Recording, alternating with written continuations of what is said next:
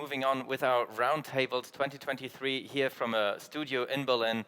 And as you said, we're moving on with the Tech and Finance Enabling a Solar session. My name is Marian, I'm an editor with PV Magazine. I'm going to moderate the next hour. Well, solar energy has emerged as a beacon of reliability and affordability. And this is why it has made significant strides despite the challenges of the energy market of the past year. And as we approach around the 60 gigawatt mark for installations in the EU this year, we see that solar's potential is vast, and it's set to continue on this trajectory over the next decade or so. But with this maturity and these new installation numbers, new challenges are evolving. There are new hurdles coming up with a maturing market, and we want to address these hurdles today in this session over the next hour. For example, there's the challenge of using all that new solar energy efficiently. SolarEdge is a trailblazer in the field and will share insights into their pioneering use of AI-driven energy management. Karl Viertel is the general manager of its SolarEdge's consulting business and will guide us through the innovative approach. Then we will come to the installation market. Europe's growing installations also mean that there is growing installation markets, and the business is maturing over time. We're seeing 40% growth numbers year on year, and the landscape for installers has become more and more competitive. Back from small businesses that knock on doors and essentially can install solar systems, we're seeing transnational and pan-European huge businesses that become highly professional. And we will hear from Aurora Solar, how they are leveraging AI-driven software to streamline the installation processes. Carina Brockl is the Chief Revenue Officer at Aurora Solar, and she will unveil how the software uses this capability and is adapting to the European market. And we will turn our attention to finance, as this is a major hurdle in the commercial and industrial sector. It's actually the sector boasts huge energy consumption and also has large spaces on their rooftops, but still we don't see so many modules being put on those rooftops, and we'll find out why. And our two experts that we will bring here onto the stage later in this program will tell us what the solution to this potential problem is in the C&I sector. But now we will welcome our first guest, Karl Viertel. He is our first speaker, and as I said, he is the general manager for SolarEdge's consulting business unit, and he before SolarEdge, he has provided strategic communication or strategic consultation services to various companies, and he's also successfully established his own software as a service company. Today, here at our roundtables, he will share his perspective on advancing the energy transition through artificial intelligence. Karl, welcome. Marian, thanks so much for having me. Over the past months, I've been speaking with energy transition experts at some of the largest enterprises in the world. And very early on in the conversation, they always tell me the same thing. Transitioning a complex enterprise to renewable energy is much more than PV panels on a roof. And so that's why our mission at SolarEdge Consulting is enable complex enterprises to decarbonize their businesses through SolarEdge's smart technology, driven through leading software, and supported by industry experts. Now, we're convinced that the best tool for cutting through this complexity is data. So data is our biggest asset. And this is why we're focusing a lot of our work on energy management software, or EMS for short. Now, the good news is we are in the age of some of the most remarkable advances in data science that we have ever experienced. On the other hand, if you compare the complexity of energy data to large language models or other areas of scientific applications, we're really lucky because the data is really straightforward. So in the next minutes, I look forward to sharing some real-life examples of how we at SolarEdge pair data science and energy management to deliver real value to customers in their energy transition journeys. But first, Let's speak a little bit about the big picture of data science. Now, some of our applications are purely big data algorithms, like regression analysis, but much of our work falls under the larger umbrella of AI, but more specifically, machine learning. So this is where we use existing data sets to create new data insights through ML algorithms or machine learning algorithms. Now, there's also deep learning, but it's less applicable with our simpler energy data. So what are some of the questions that we can ask of our energy data?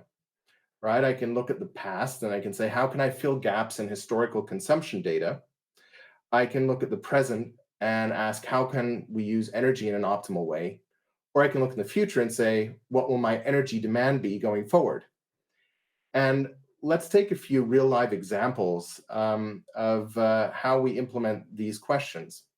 And the first one is really around consumption profiles that we completed for an automotive company with hundreds of factories. Now, having granular consumption data, ideally for at least 1 year on an hourly basis, is really at the core of being able to calculate decarbonization strategies for a specific site. Now, it really guides everything, right? Understanding the right sizing for energy production through PV, optimizing consumption behaviors, sizing potential batteries, supporting or knowing how many EVs you can support to charge. It all relies on accurate consumption profiles. But what if that data isn't available? Luckily for many large enterprises, we're dealing with there are many sites that are very similar, so often hundreds that operate in a comparable way. So having an EMS in place for as many sites as possible obviously helps. So we take that data and we apply our first machine learning algorithm to identify clusters. When analyzing clusters, of course, then it's up to our consulting team to figure out, well, what cluster does this one site with missing data best fit in? Then it's actually pretty simple data analytics to now enable us to then extrapolate an artificial consumption profile for our missing site using the total annual consumption of that site as a scaling factor. So what benefit have we realized? This consumption profile is going to be more accurate than a generic, profile by square footage because it's based on your business. So this means more accurate business cases, better investments, more plannable yields. A second example is actually from a European retailer with hundreds of sites and tens of thousands of assets. And so, of course, the foundation for energy management is understanding which assets are consuming what power. But identifying those assets when you're setting it up isn't always straightforward. Connections to the assets are, usually made by standard connectors like Modbus, but reality shows that these devices then are falsely classified or falsely named. Now, we've built a really cool capability to verify asset types. So certain asset types tend to have similar consumption profiles. So consider a light switch will have a different profile than an HVAC system. Now, we take the consumption profile and we leverage algorithms you might know actually from a machine learning sector called natural language processing or NLP. And what we do is we create an n-dimensional vector that describes the energy profile. We then take n-dimensional vectors from existing assets that we know have the right name, that have the right classification, and then we apply what's called cosine similarity. So figure out which vector is closest to the vector that the new asset that we don't know anything about. So what's the benefit we've realized? Tasks that would usually be incredibly tedious, involving potentially going on site, is now automated and generates significantly higher data quality. Next, I'd like to give you a sneak peek of something that we're doing that we like to call dynamic alerting. So in our energy management journey, we've connected all of our assets, but what we'd now be doing is we'd try and set up monitoring and alerting for these assets to understand under which conditions we need to alert certain stakeholders of something out of the ordinary. Once again, normally this would be pretty manual, but using machine learning, we can actually take a shortcut. By modeling trends on data quantiles, we can identify outliers in data in the behavior of assets and automatically alert stakeholders, right? So someone leaves on Friday evening and leaves something on. This consumption is, of course, out of bounds of the common behavior of this asset and automatically triggers an alert or even a correcting response. So the benefit that we've realized, energy optimization without the manual effort. The last example I'd like to go through is something that one of our agricultural providers actually uses quite heavily. They have an off-the-grid setup, PV on the roof, battery storage, and a genset as a backup. And obviously, energy used to be a lot simpler, right? You might create some using PV, you consume some, you sell the rest. But especially for large commercial and big enterprises, that's not the case anymore. There are options. I can optimize consumption, adapt charging, store energy, all supported by my smart energy management system. But all these optimizations require two things: smart rule sets that drive asset behavior through an EMS, and accurate predictions of the energy needs that I might have in the future. And that's why we actually focus a lot of our time in SolarEdge EMS on making it as easy as possible to connect as many assets as possible.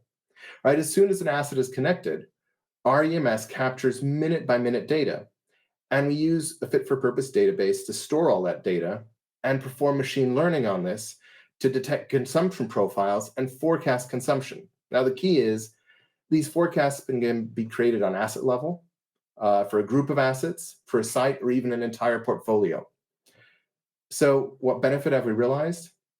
More efficient energy usage, better data for energy procurement, and we're actually moving from reacting to actually planning. So gathering data, leveraging data science to gain new insights is relevant for historical data, for energy optimization in the present, and for forecasting energy demand in the future. But what are success factors? And for me, first and foremost, really is easy connectivity. Why? Because it enables that data collection that and the simpler that is, the better data you get, the better you're going to go. The second would be for me to look at it from an end-to-end approach. Leverage benefits across the entire decarbonization process, right? It can be starting out from a business case that you're calculating with better energy consumption profiles to energy optimization demand forecast. View it as an entire value chain that you can optimize using AI. And last but not least, fast iteration. Find fit-for-purpose use cases. You saw a few examples here. Apply data science, gain benefit quickly, repeat. So at SolarEdge, we firmly believe that data is at the core of decarbonization and enabling our smart energy technology, quite frankly. So enabling our customers to maximize the value of their data is our passion, and it's going to remain that our focus going forward.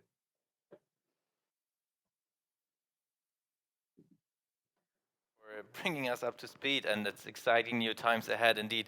Karl, maybe you can tell us how you're seeing AI, artificial intelligence, being deployed in the field of energy management systems in the years to come. You brought us some examples, but really, what's the hands-on approach in the next years? Yeah, there are a few areas there.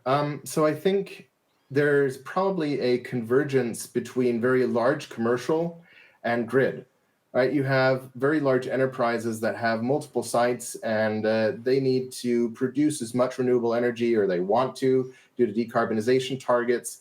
And I think that interacting with the grid more, or having better mechanisms, both from a technical and a commercial standpoint, to enable these large-scale but yet distributed installations to happen, that's definitely going to be something where good energy management and AI-supported energy management is going to play a role. I think the second big area is probably around vehicles. Right now, we're looking at simple EV charging, and I think bidirectional charging, so a V2X vehicle integration, is going to be more and more important in commercial applications. If you think of logistics, your employees, front of house, your customers, and integrating that all in a meaningful and smart way, I think is certainly going to require better algorithms than we could come up with, and that's where machine learning will play a role. And last but not least, I think also across Europe, more demand response capabilities, kind of going towards my first point around grid interaction. I think is going to be important because obviously the foundation for that is better forecasting, better transparency of data. So really convergence of large commercial and grid, V2X, and demand response. I think those would be my three big areas where AI is going to play a big role. And I think that also answers the point that I picked up from your presentation, and I was curious about, because you said the system is capable of making forecast also on portfolio level, and I was wondering, what would you need that for? Well, it's really if you're not optimizing for a single site, that's when you're actually generating the most value, right? If a CEO of a large enterprise goes out and says, we will be carbon neutral by 23x, whatever that might be, that doesn't mean optimize one rooftop on one logistics site in one corner of the world. It's optimize PV production across the entire enterprise, optimize and reduce energy consumption where it can happen. And so I think taking that holistic approach and is the only way to really meet that strategic goal that many enterprises have put in front of them. And that's only possible with smart energy management and viewing your entire portfolio and understanding your energy needs there. All right. Well, thank you. And how do you see any other types of advancements that are going to be made in terms of energy management systems that do not rely on artificial intelligence? Yeah, it's an interesting one, right? Because you can't open a news site without some article on AI, and it's super exciting to go into ChatGPT and get all these cool answers that humans really can't understand where they came from if you're not a data scientist. But there's a lot of things that is pure data analytics or big data technology. And one example would be probably complex energy simulation, right? When you bring in these different variables that you have from battery storage, from PV production, from different consumption, big consumers on site, and try to find the optimal mix of both energy production and energy management and consumers, I think that's a huge topic that is really exciting and is not straightforward when you're looking at a large production site or a large enterprise. But at the same time, it's not necessarily only AI, right? So there's a huge demand for good data scientists using machine learning or just simple big data algorithms as well. All right. Well, thank you very much, Karl. That was very exciting and engaging, and we're looking forward to see more of these types of systems deployed in the future. Thank you for taking the time to joining the debate today. My pleasure. Well, and as we're closing this segment to a close, we're coming to our next speaker, who is also deploying the magic of artificial intelligence to the solar industry. Please join me in welcoming Carina Brockl, Chief Revenue Officer at Aurora Solar. She's a seasoned professional with a mission for revolutionizing the solar industry's customer experience. She says that solar buyers seek a seamless customer journey, and as they're buying solar systems, and also that trust becomes paramount. Aurora Solar is a US-based software company that has emerged in meeting these new demands, and their product is designed to optimize the installation business. Carina herself boasts 15 years of experience in various large software companies, and for the past 3 years, she has been deploying her knowledge in the solar industry. And for the last 6 months or so, the company has expanded its reach to Europe, to Germany in specific, tailoring its product to the local demands. Without further ado, let's extend a warm welcome to Carina Brockl, the CRO of Aurora Solar. Hi, Carina. Hi, Marian. Good morning. Good morning. Good morning. Very happy to be here. So, Carina, maybe you can start to tell us what your product actually is. Yes, sure, of course.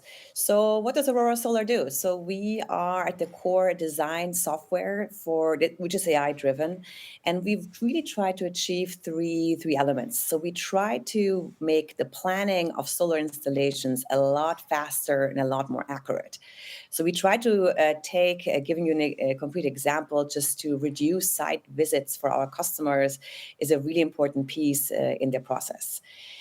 But we don't stay only within the design world. So what we also do is we help also solar companies to market better through our technology and also to sell better. And what we do here is we want to make sure that the offer that solar installers extend to the homeowners or to their customers is accurate and great from the get-go. And so when they present their offers to the customer, that they have a through offer that also supports the after-sales permitting process and also helps to reduce everything in the back office and admin tasks. All right, and maybe, so you gave us the whole round view of the software's capabilities. Maybe you can begin to tell us, how does the design actually work?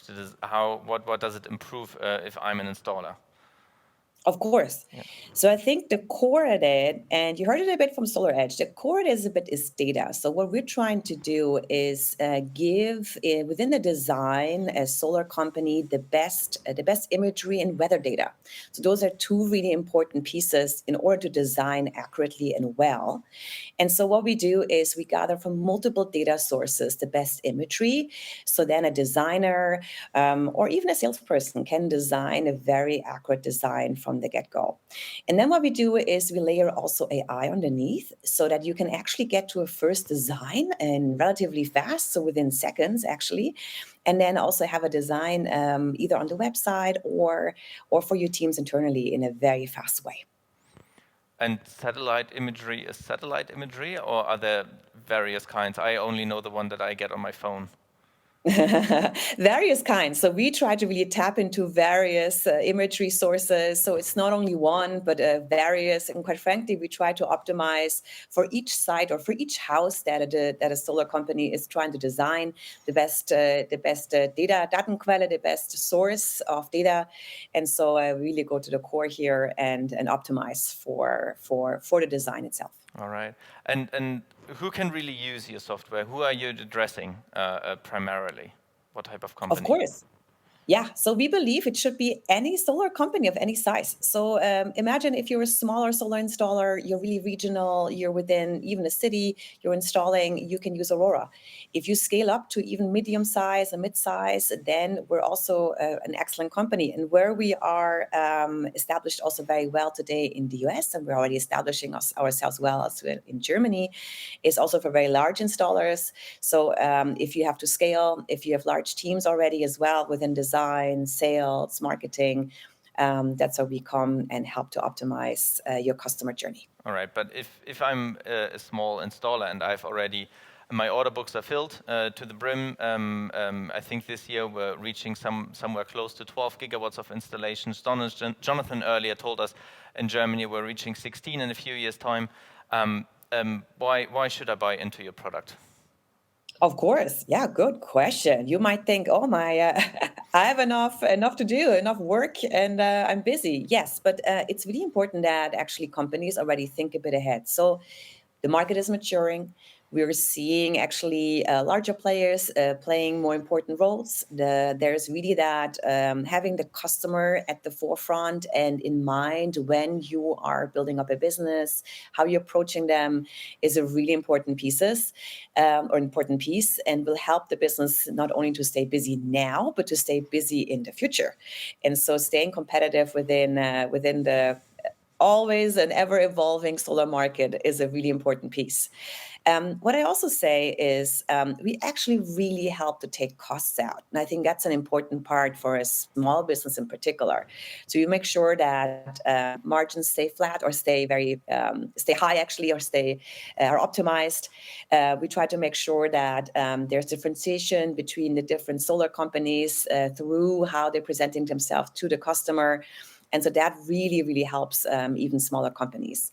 And then what I'd say, this applies to all different segments, really, quite frankly, is just making sure that business processes and structures are run smoothly, that every resource that is applicable actually spends time either with the customer or on the roof. Those are really important topics that we try to solve. All right. But then one more thing that's interesting, as you have moved your product from the US to Germany, and to Europe, really. Do you see a difference in how these types of companies approach new technologies, new software, to support them in their work? Or to ask differently, are your German and European customers very open to use such software? Yeah, I'd say different maturity levels in different countries. So we're starting in Europe really with Germany. Germany is our core market. I'm myself German, and it really depends on the region as well, on the installer, how tech affine and how close to technology they really are. An important piece in here for us is for even small installers to use technology, it needs to be easy. So it needs to be having a really easy way to digitize, your business. So at the core of it is the software really helping an installer in their day by day. And I mean that in a real sense. It needs to be easy, intuitive to use. That's why I invest quite a lot into our UI, into how the software can be used and how users can use it. So that's an important part of it. And yeah, so different levels of maturity, of course, are in there. But yeah, Germany is a wonderful market, as you mentioned, with wonderful growth for the solar industry. Just maybe very briefly, apart from that, were there any other things in which you needed to adapt your software to come to the German market? Yeah, of course. I think localization is really important. So we believe, solar is different country by country and even region by region. We all know that policy can vary quite drastically. So, and hence the software has to adapt to that and has to mirror exactly those changes. And so, yeah, we're spending quite a bit of time in making sure not only language will be in the software, but also that the local needs are met. And I can give you a very concrete example. So one piece, for example, permitting in the US is just simply a different process, how it works today for most states and then regions. Germany has a very different process. And so we need to make sure that our software, if we want it to come to the German market, needs to reflect that. All right. Thank you very much for this insight. Carina Brockl, the CIO of Aurora Solar, is delivering AI-driven software to the also German market now to ensure that the solar industry can continue on its dazzling growth trajectory. Thank you very much for joining our roundtables.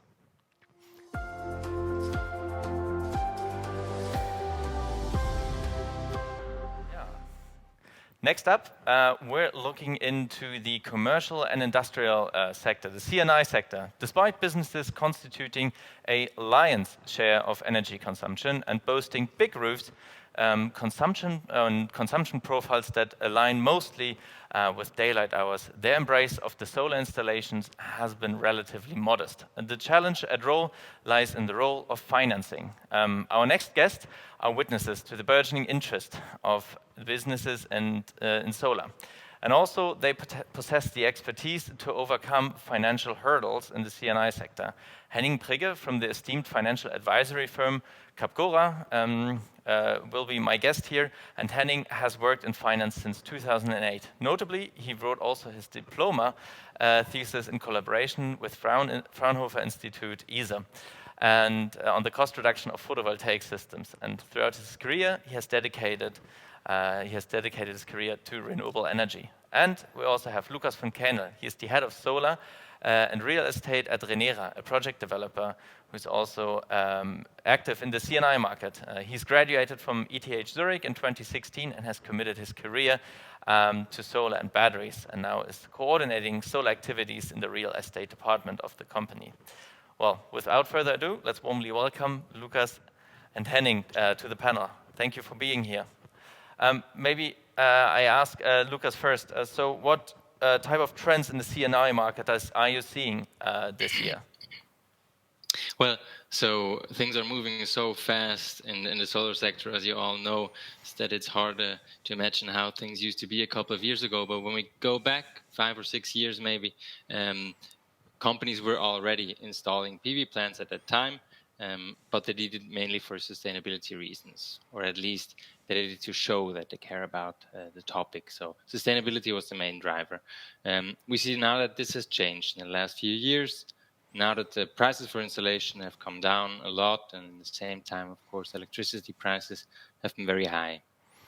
So in 2022, the demand to install PV plants from companies has increased a lot, and companies now understand that PV plants can really help them in reducing their operating costs, their electricity costs, apart from the sustainability aspect, which remains, of course, important as well.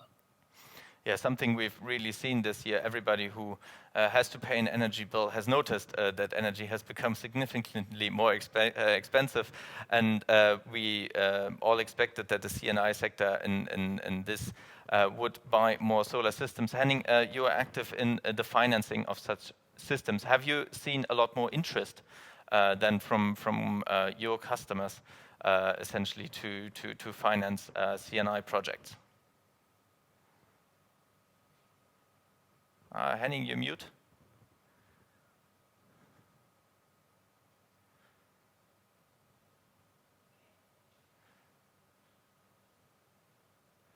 Okay, our technical team, no, you're there? Yeah, our technical team will fix you, Henning.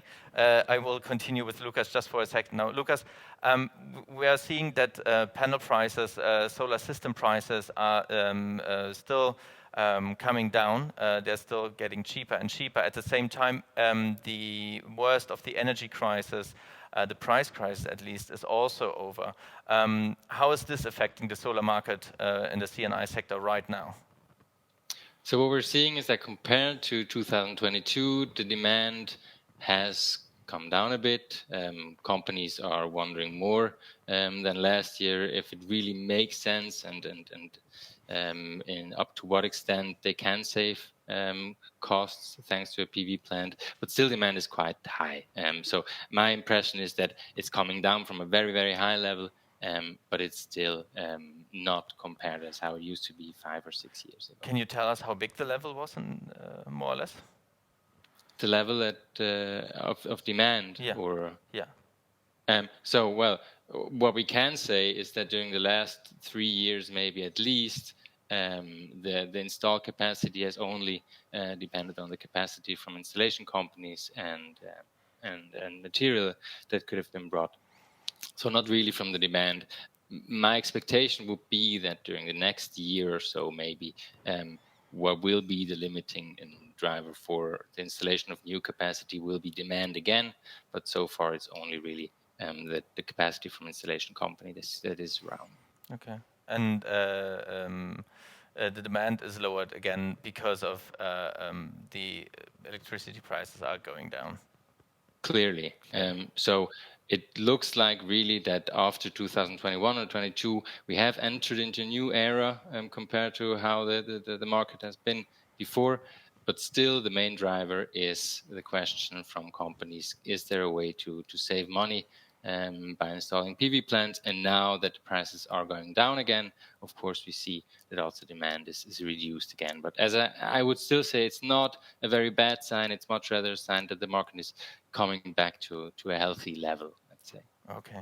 Henning, welcome back on our program. I hope your microphone now works. We were wondering how you also perceived last year's market development. What is the demand that you were seeing at your company over the last year? Well, finally, I fully agree with Lukas, and we have made generally the same observations.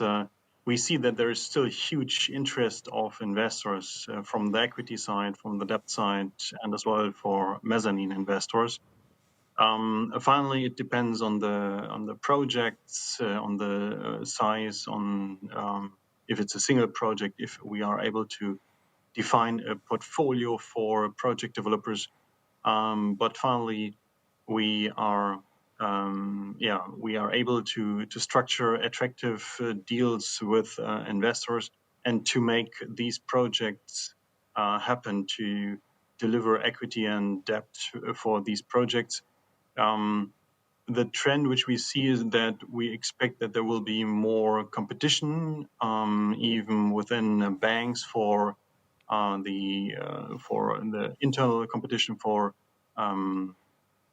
ground-mounted or rooftop, and I expect that there will be some competition, or that there will be some that they will have a look for low-hanging fruits and might prefer as well ground-mounted because it's easier.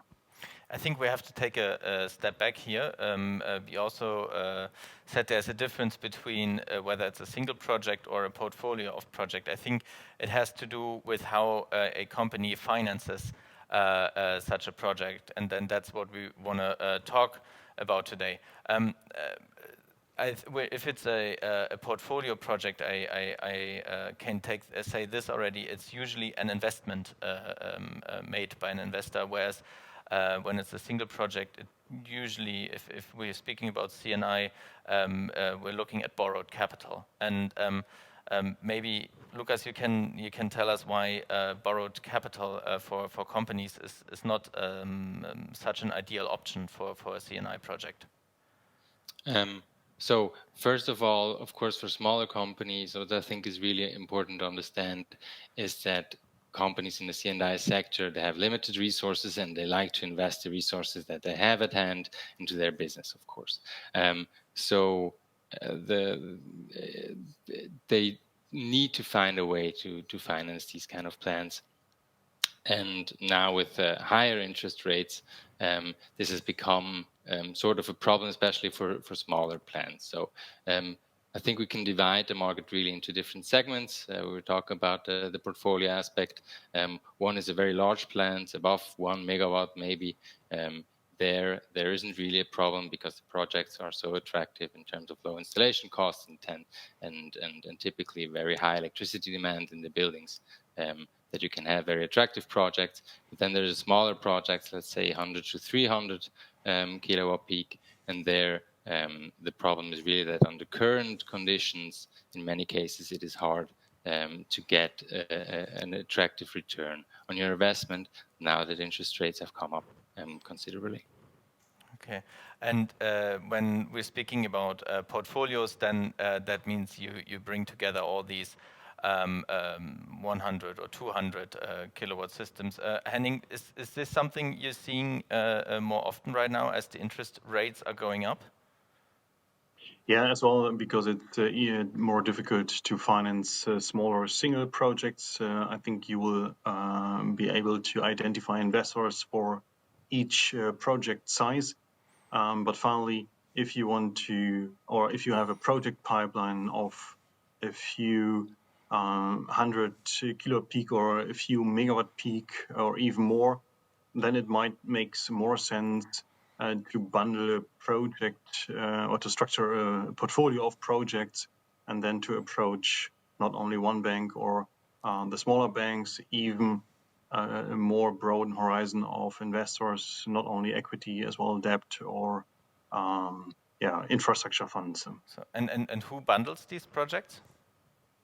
Well, we do this in close cooperation with project developers. Finally, it depends on, of course, project size, on the setup, who is owning the building, how we can set up as well a lean structure for due diligence. So we do this in close cooperation with the developer, considering as well the counterpart risk and the further process design, including the due diligence, including rooftop renovation scenarios, best case, worst case, etc. So that we have finally a product, a transaction structure which arises interest at investors. Okay. Well, Lukas, you're a project developer and you're doing such projects. So you are bundling these portfolios. How do you do that? And what do you make sure that when you bring them to Henning, that Henning is happy after all?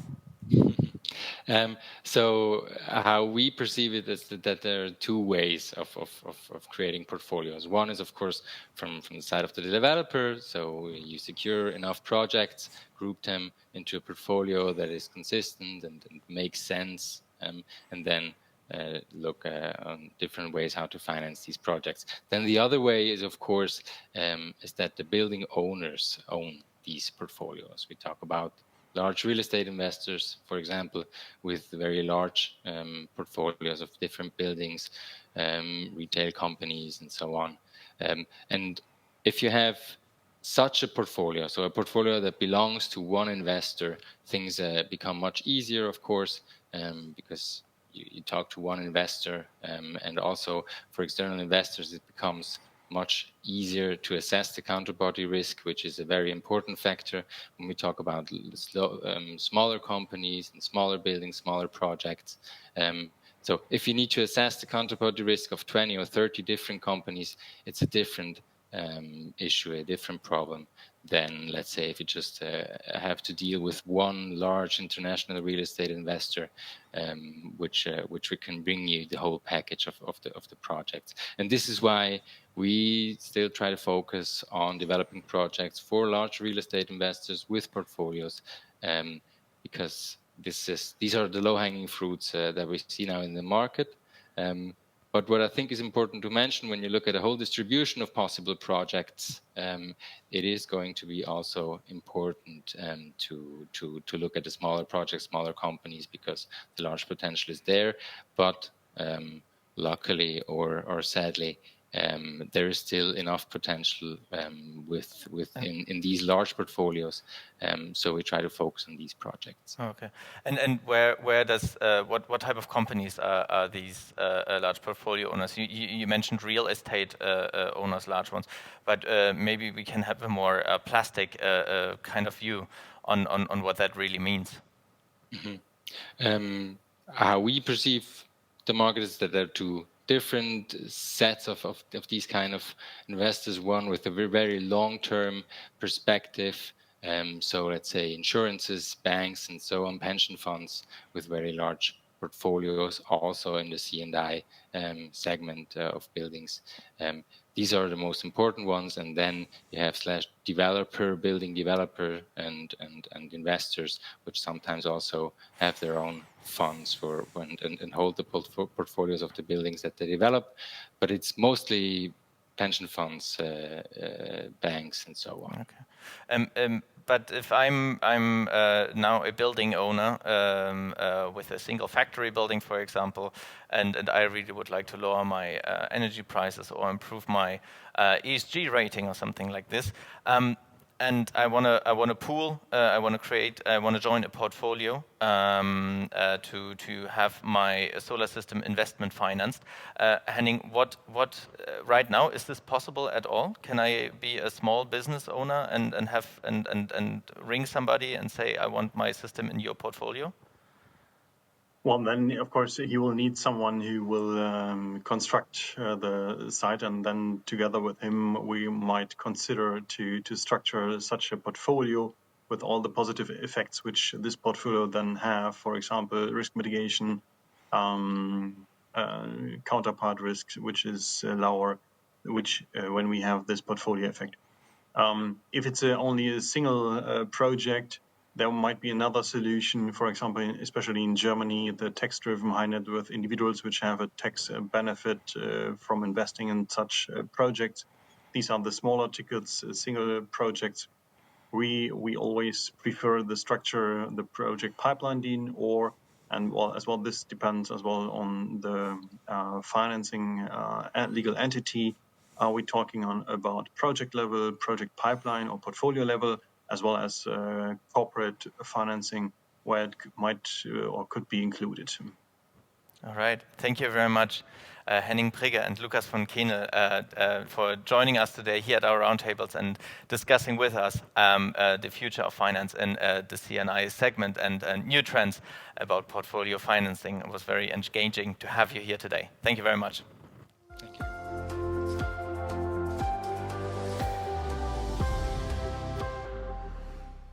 Yeah, and now we're coming to our next and last segment, as we're coming to the topic of inverter revamping and repowering. My next guest is Sandy Woodward. He is from He's the General Manager Europe from Solis Inverters. He looks back on 15 years of experience in the renewable energy sector and looks back on a decade of experience in the solar sector alone. With Solis, he has worked since the company started in the UK back in 2005 and has seen it growing. So, Sandy, you have seen a lot of old inverters, I would say now, from 2005. Maybe you can tell us what's really the market potential in Europe for inverter revamping and repowering.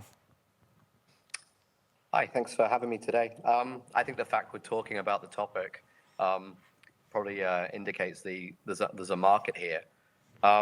If we take European deployed size today, it's circa 200 gigawatt. If we go back pre-2010, there was already maybe 70 gigawatt deployed. So there's a market size of at least 70 gigawatt pre-2010. And then I think if you exclude the previous 2 years, last year and the year before, there's been some average deployment rate of maybe 5 to 10 gig a year since 2010. So it's an ever-growing, I say problem. It's an opportunity, but a problem at the same time in terms of it keeps getting bigger. The snowball keeps getting bigger. Yeah. Maybe you can tell us why systems are being repowered.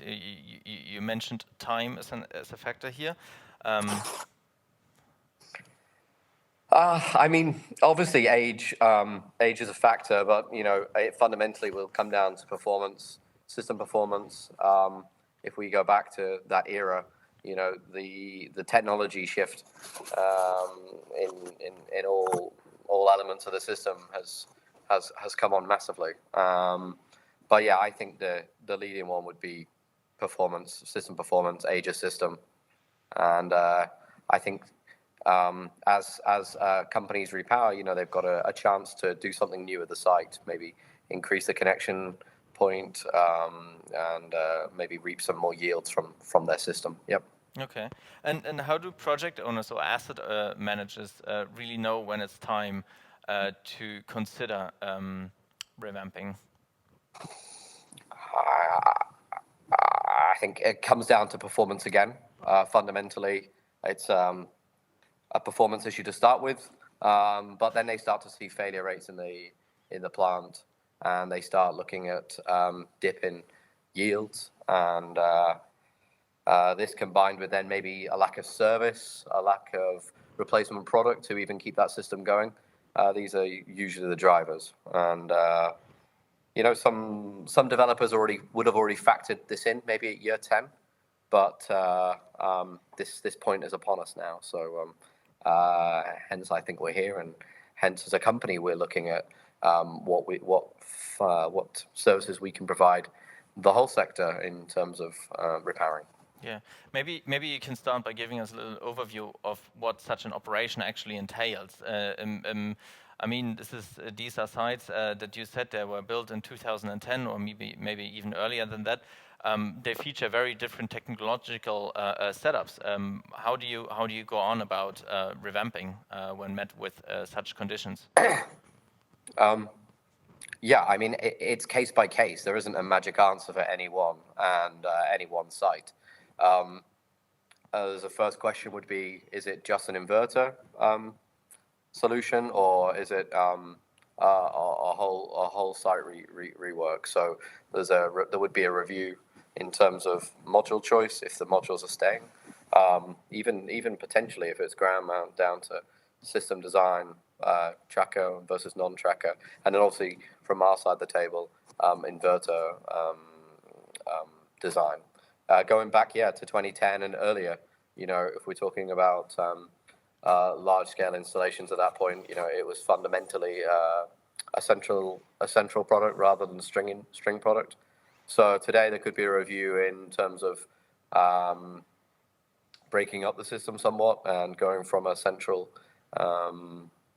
solution to string. Clearly, that's what we'd like to see. But I think there isn't one answer that fits all. So it really is a case by case review, and obviously we're looking at how we can provide string solutions in the repowering world. Well, today's string inverters are bigger than 2010 central inverters, I would say.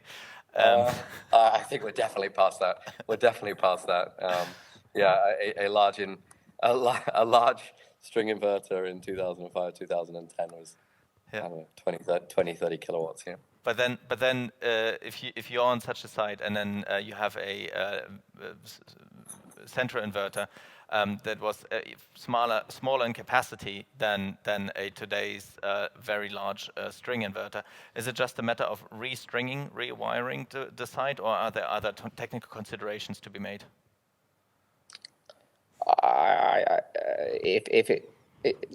If we're going from central to string, no, definitely not. I think that there are sites out there. There was a very popular 25 to 30K configuration out there. If we're talking about string inverters, I think there is a chance of going just like for like replacement. We're bringing products to the market to meet that like for like swap out. It's not actually a massive technical change our end, but a lot of it, we'll touch on in a minute, it comes down to product certification needs for the site. But I think if it's a, let's say, soft or light revamp and was already on a string inverter design, it could be as easy as swapping out the inverter if we can get products that meet those same requirements. But more than likely, sites will want new modules in place, and it's like basically back to the drawing board. Yeah. You just mentioned you can help with certification and with you making inverters for that purpose. We've been doing quite a lot of review in terms of making sure that our portfolio today is able to provide developers and installers with, we hope, like-for-like swap-out solutions. They're obviously that's not always possible, but we have a lot of the requirement is around grid certification. So, developers were using very small inverters, but connecting multi-megawatt on single connections. So today we're looking at higher grid connection regulations that we need. And usually you wouldn't have such a small inverter with such a, let's say, high grid connection requirement, but we're taking a lot of our portfolio through that process right now, purely for this need. Yeah. And how can you support project developers? Is that something you offer as an inverter company, as a technology provider? Absolutely. We're here to try and help. A lot of, if we go back then, at the same time, a lot of systems were deployed, let's say, under pressure, under duress, under price pressure, under time constraint. So we understand that the systems back then might not have been perfectly designed, and they were put in, they were powered up, and I think there were some fingers crossed. And so I think even the industry's moved on so much in the last 10, 15 years that it's a chance for developers to really go and improve their sites now for yields, efficiency, and we can certainly help with that. So we're here to want to talk to developers and see how we can rationalize their site to improve it. Yep. All right. Thank you very much, Sandy, for joining us today here at our Roundtables Europe 2023. It was a great pleasure to have you here. Thank you for taking the time to speak to me and our audience, most of all.